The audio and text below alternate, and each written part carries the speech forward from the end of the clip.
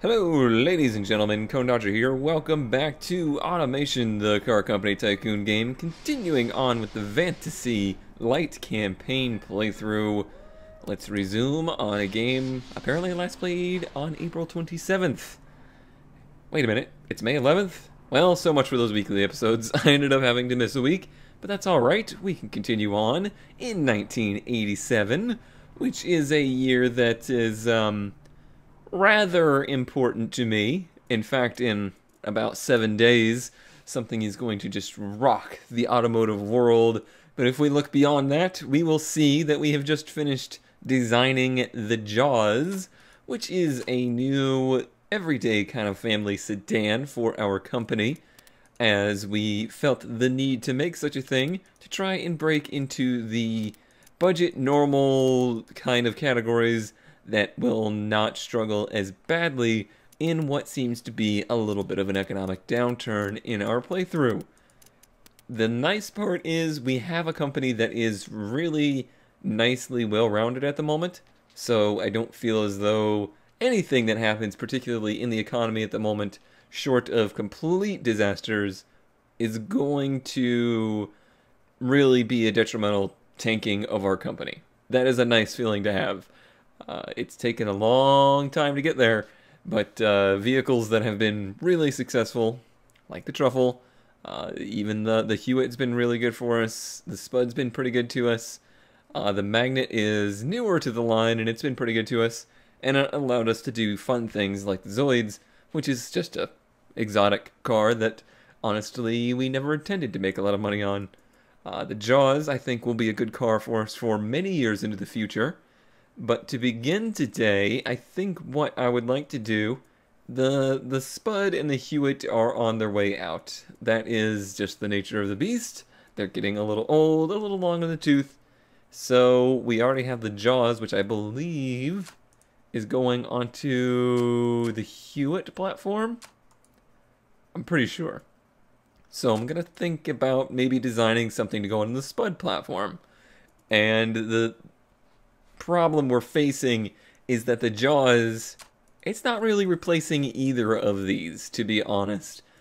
Maybe a little bit of the Spud in the way that it's a sedan, but we really aren't covering this market. And this market was the sports coupe, the sports convertible, the entry-level sports car kind of area that has really been the foundation of our company so far.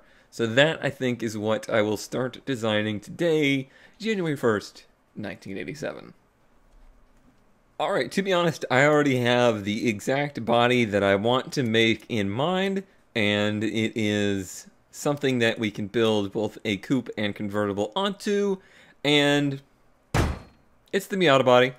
There's no getting around it. This is, without a doubt, without any imagination required, this is a Miata body. That doesn't mean necessarily I'm about to build myself my own Miata.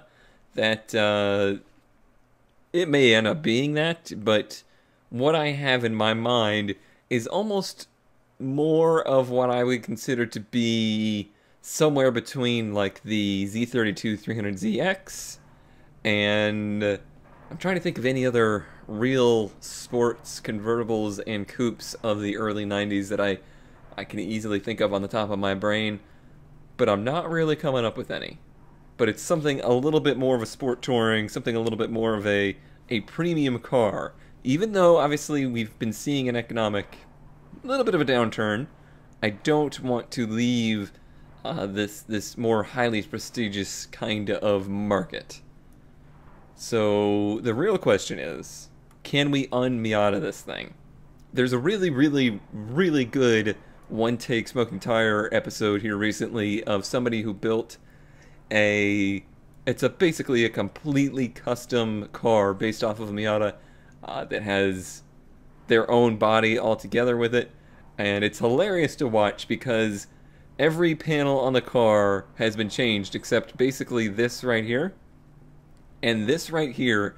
Even though the car looks nothing like a Miata, you can instantly pick up what it is just based off of this A-pillar. So no matter what I do, the thing's gonna look like a Miata, basically, is what I'm hinting at. So I don't know how much craziness I'm even gonna bother trying to do with the thing. But it would be nice to un-Miata it a little bit.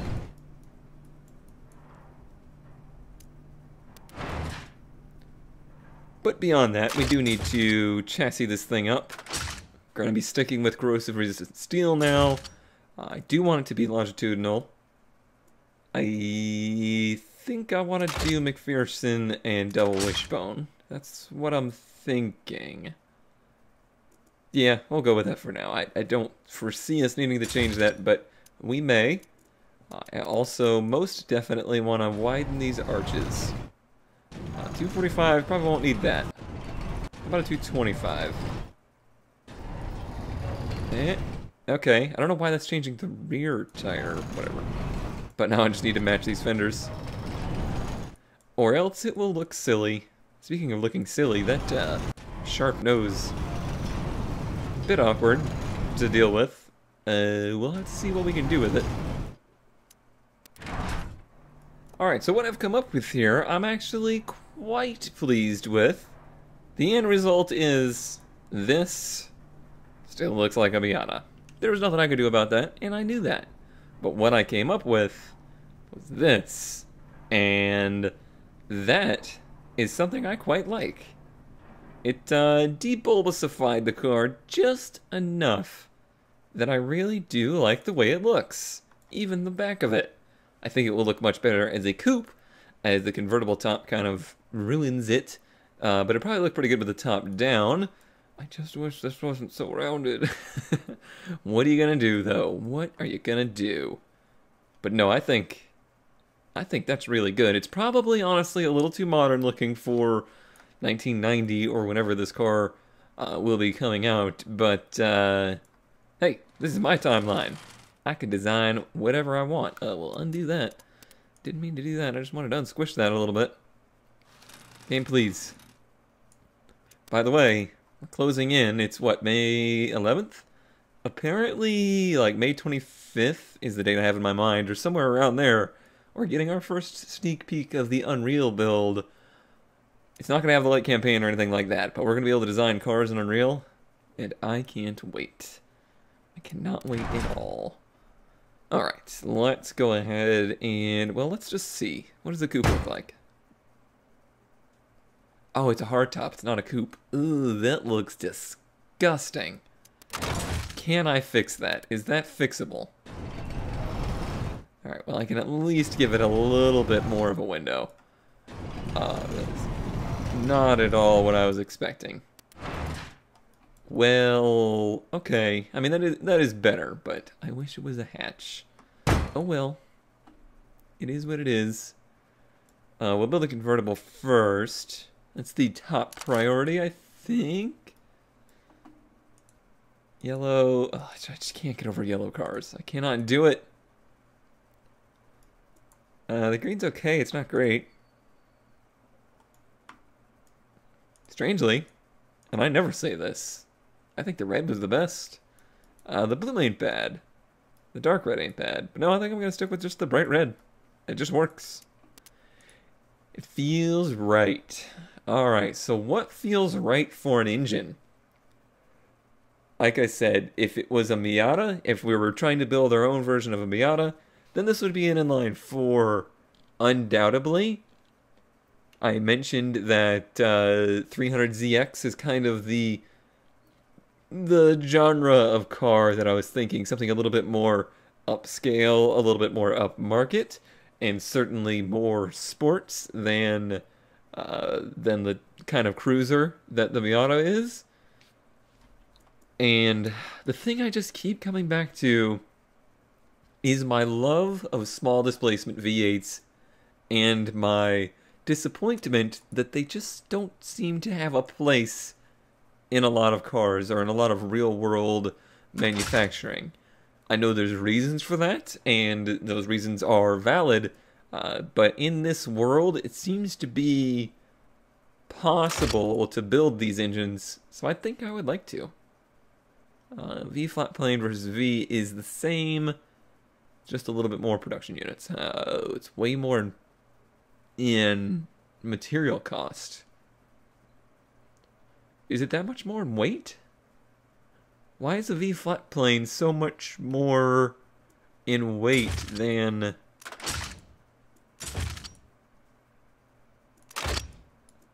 Oh, because it's comparing to 6. Okay, that makes sense. I was confused. Okay, everything's fine. Don't worry. Don't you worry. But yeah, I'm thinking somewhere right around that 4-liter mark. Something in that nature. I want to do that. We're also going to try and keep developing these dual overhead cam engines. We'll try mixed metals. We'll try a cast block and aluminum head. We'll probably end up having to try and do the aluminum block. Trying to save on the engineering time by not, but we may end up going there anyway. Shouldn't need anything special bottom end. I would like to run a lot of compression, kind of like that. And a pretty aggressive cam profile. I'd like it to be a pretty aggressive engine also. We didn't have anything special available yet, did we? Special meaning VVL or VT? No. Not quite. Would have had to wait a few years. Alternatively, we could have gone with a Turbo 4, but I think we want the prestige of a V8, and the game does not pay very good prestige for Turbo 4s, unfortunately. That is just the restriction we're up against with that. Multi-point EFI for sure. I don't think we're going to be making 849 horsepower. We're probably not going to be making 424, so we don't really need more than just a single intake. Very nice LS you got there. Let's go for premium fuels. Not much more richening on the mixture. Probably not much more RPM. We'll use all our quality. 323, 393. Let's see. I'm not too sure as of yet. But probably around 300 is what I'm guessing. That is what I'm guessing. Ah, the sound of a flat plane V8. With not enough muffler on it. It is glorious. Glorious, I say. Alright, not enough RPM. Not enough RPM by any means.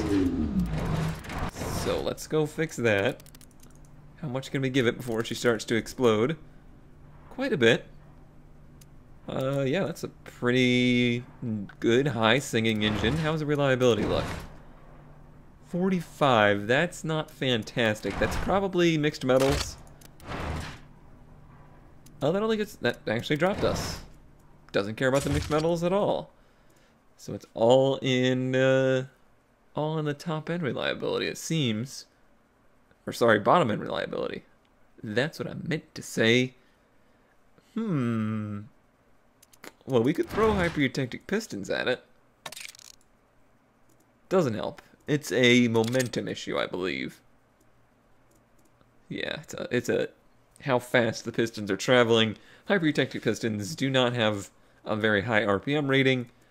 They can just barely take more torque than regular cast, and torque is not an issue with this motor.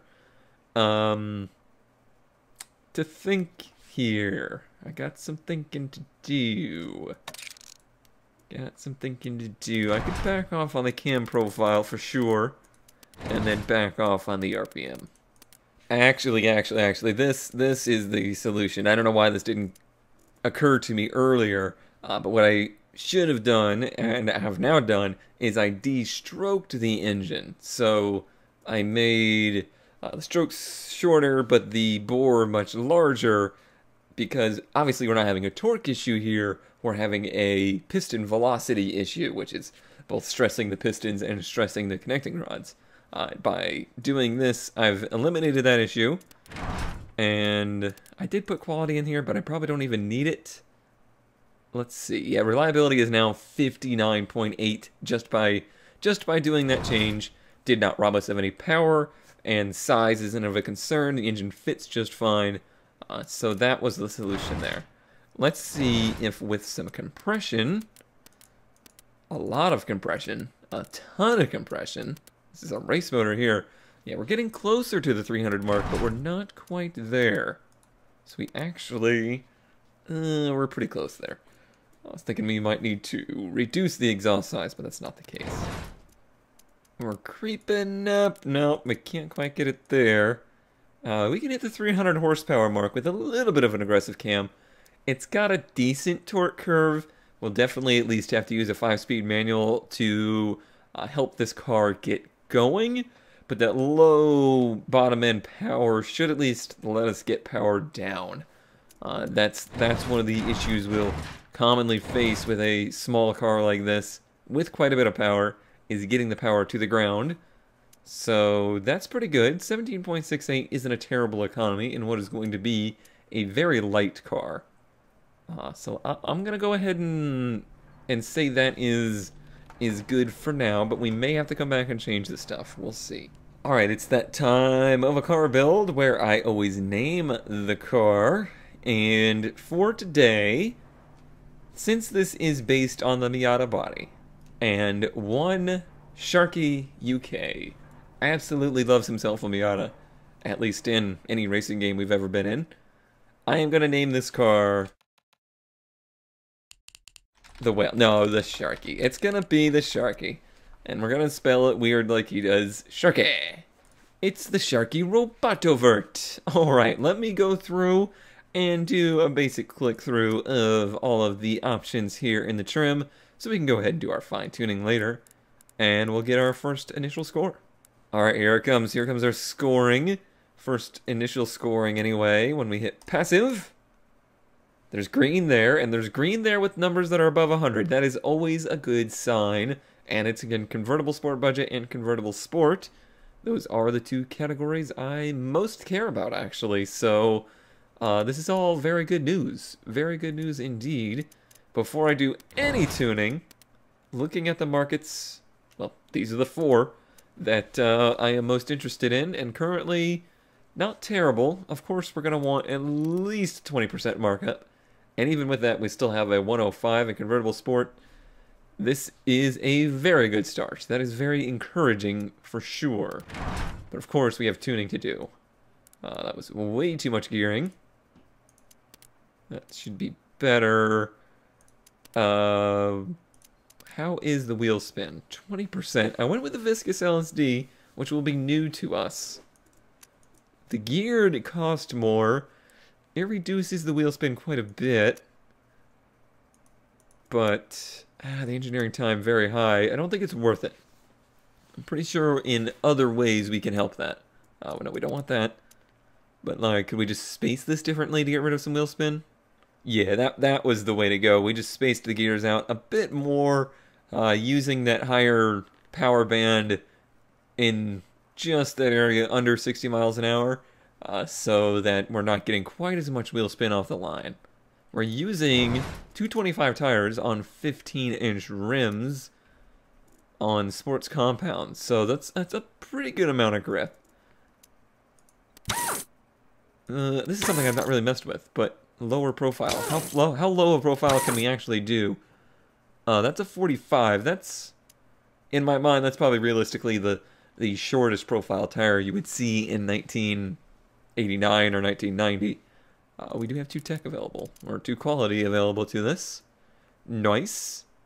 We're getting those scores above 100, even with our markup. This is all very good news. We do not have nearly enough front brake. Like, not even close, so definitely 2 pistons. Yikes, and maybe some race pads? I think this is a case of this car just being really, really fast, so it needs a lot of brake, because it shouldn't be that heavy. An aluminum engine, that's only 4 liters, shouldn't be that heavy. 3 pistons? Nah, it doesn't really help too much. So yeah, I guess we'll just do a racy pad. It's racy. 0 brake fade, that's good for a car like this. Do we need race pads in the rear? It's gonna upset the balance. Actually, we probably don't need that much of a rotor in the rear. Yeah, there seems to be a pretty good balance. Yep. And I went semi-clad.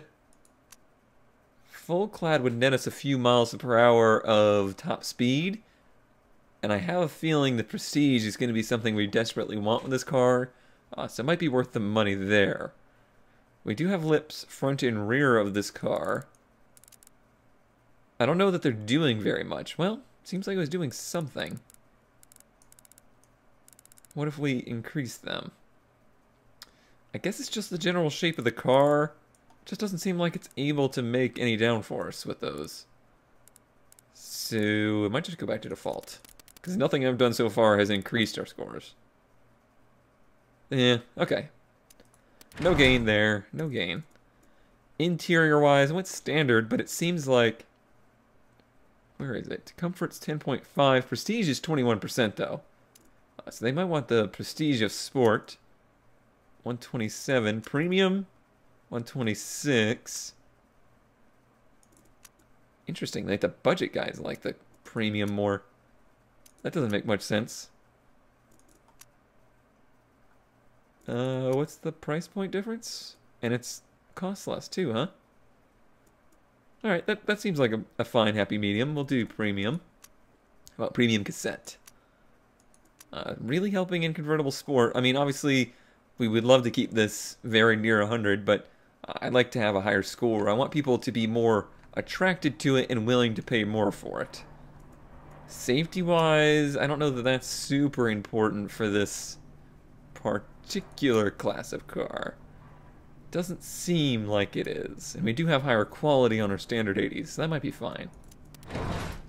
Suspension work, definitely need to sporty this up some. It's a little bit too drivable, I think.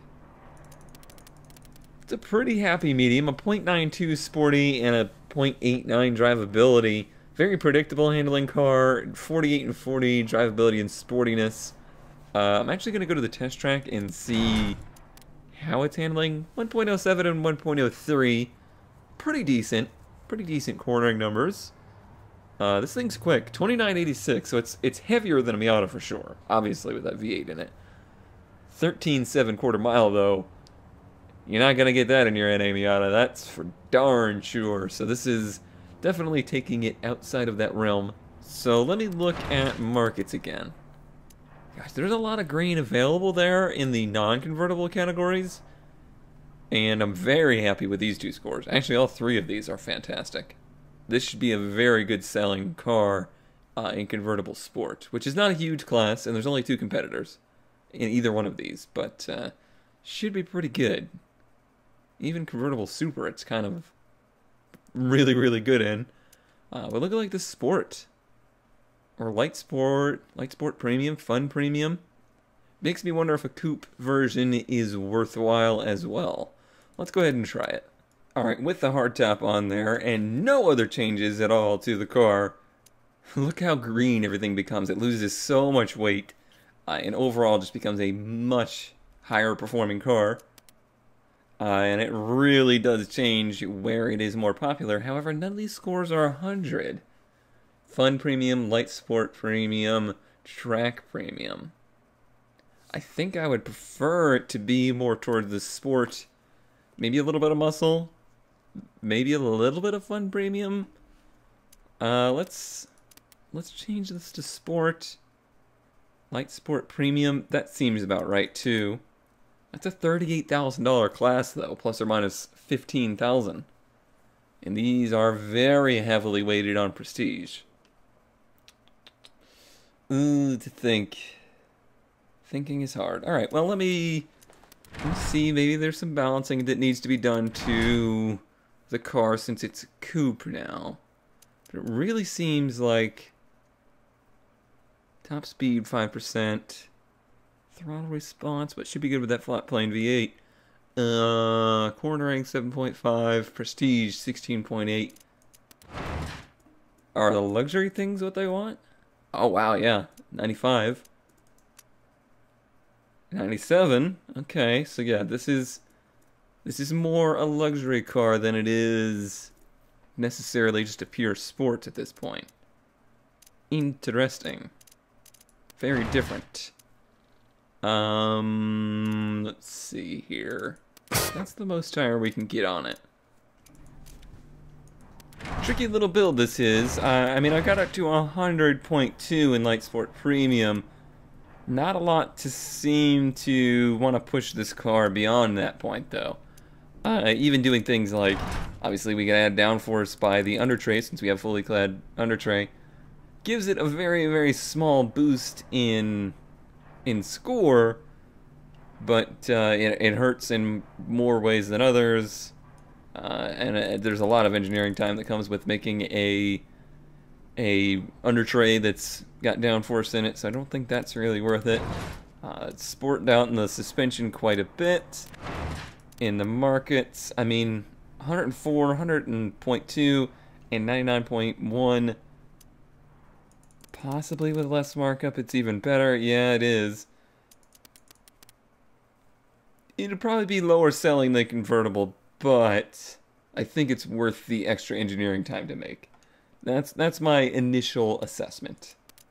Speaking of engineering time, how long is this thing going to take? As of now, it says 4 years and 4 months.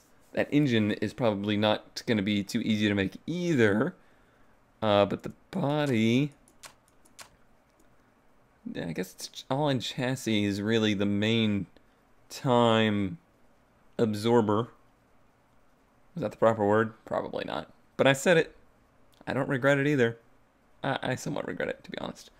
I really wish you could hire people over time. I think of all the things in the Lite campaign, this is the weirdest aspect of it for sure. That there's people, but then there's just not really people. If you don't choose them in the beginning, you don't have them. It's a very interesting setup. That will definitely be changing over time. If we fund it all the way, 3 years, 9 months. That's with full on both trims. What's the engine look like? 3 years, 7 months. Okay, so we could just give that a little bit more reliability. Let's see if we can feasibly do this with max funding, because I wouldn't like it to take that long.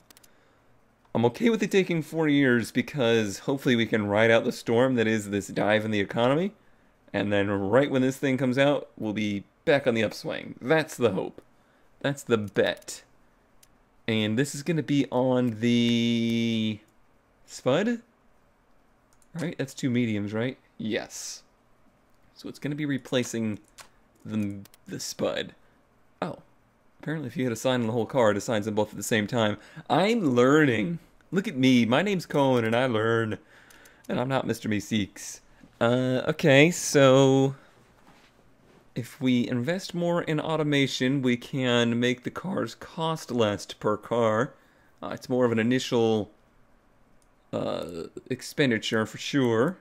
But we have some money in the bank, so I'm willing to make that expenditure, I believe. So let's do a little bit of automation on both the car and the engine. Looks like plenty of factory available to us. And at 18, yeah, 100s at 18, 100s at 20. For sure, okay. And how's the vert doing? Can't forget the vert. That's probably the more important one here. Very, very healthy scores there. We're probably going to be well above 20% markup on this. In fact, let's look at... Oh, let's go back. I want to look at the sales. So, yeah, I mean, these aren't huge categories by any means. 25, 15, 14, but it's saying that we're going to be selling pretty much all of the availables here. We're going to just stomp the competition in those, which is nice. Sport budget, 45 of 64. Well, what's this one gonna do? 58 of 57. That just went down, did it not? Cool. So yeah, very small categories, but dominating those very small categories. That's a very valid strategy, I believe. And, you know, a smattering of sales in other areas. I doubt this is much of a Feronia car. And there's some, but not many. Not a ton. It's a GT premium car over there, a GT car. Alright. So, yep. Actually, the hardtop looks like it's the more demanded car. This surprises me. That is very surprising. Well, of course we'll mark it up. I guess those convertible categories are just not quite popular enough. How about let's do a split, something like that. That's a realistic kind of way to market this thing. Sellable in Fruinia, but again, it's probably not a huge hit there. How does it look? 25-month break even, probably due to the fact we invested in the automation of the cars to make them cost less. We could probably make that break even much sooner. Probably trim 200 million off of the grand total of this project by doing that. When is it production? November of 1990. That's a good time, I think. Like I said, hopefully we're over the slump by that point.